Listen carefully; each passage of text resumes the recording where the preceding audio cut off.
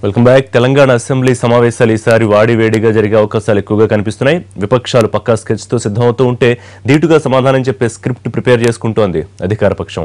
ఇవాళ జరగనున్న TRS LP సమావేశంలో ఎవరెవరు ఏ అంశాల మీద మాట్లాడాలన్న దానిపై దిశానిర్దేశం చేయనున్నారు కేసీఆర్.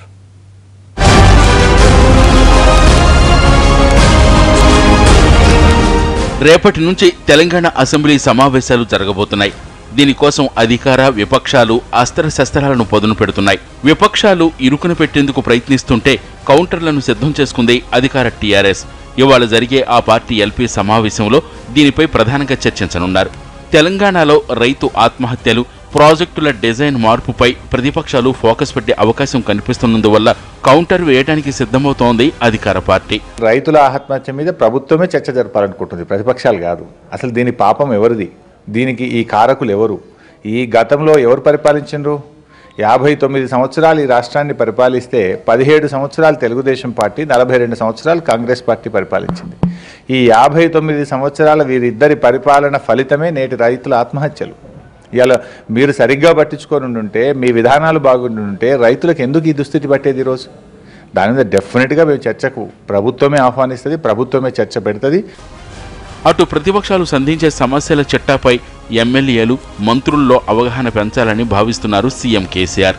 ఇవాల్టి సమావేశం ఇదే ప్రధాన ఎజెండాగా సాగబోతోంది. ఎమ్మెల్యేలు, ఎమ్మెల్సీలతో ఈరోజు మధ్యాహ్నం 2 గంటలకు ఎల్పీ సమావేశాన్ని టీఆర్ఎస్ భవన్లో ఏర్పాటు చేశారు.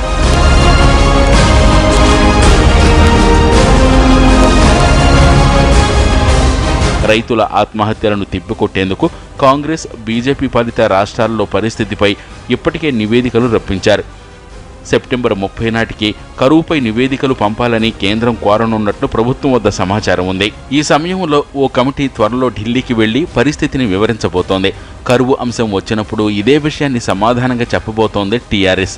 ఈరోజు తెలంగాణ వచ్చిన తర్వాత తెలంగాణ సోయితో, తెలంగాణ కళ్ళతో తెలంగాణ ప్రాజెక్టులను రీఇంజనీరింగ్ చేస్తూ రేపటి భవిష్యత్ తరాలకు మేలు చేయడం కోసం ఏ రకమైన మార్పులు చేయబోతున్నామో ప్రభుత్వమే శాసనసభలో చర్చ పెడతాం. ఎన్ని రోజులైనా మాట్లాడతాం, ఎన్ని గంటలైనా మాట్లాడతాం. మొత్తం మీద ప్రతిపక్షాల కన్నా ముందే ప్రభుత్వం అన్ని అంశాల మీద చర్చించేందుకు సిద్ధంగా ఉన్నామని చెప్తోంది. ప్రాజెక్టుల రీడిజైనింగ్, ప్రాణహిత చేవెళ్ల మీద సీఎం కేసీఆరే జల విధానం సభలో ప్రకటించనున్నారు.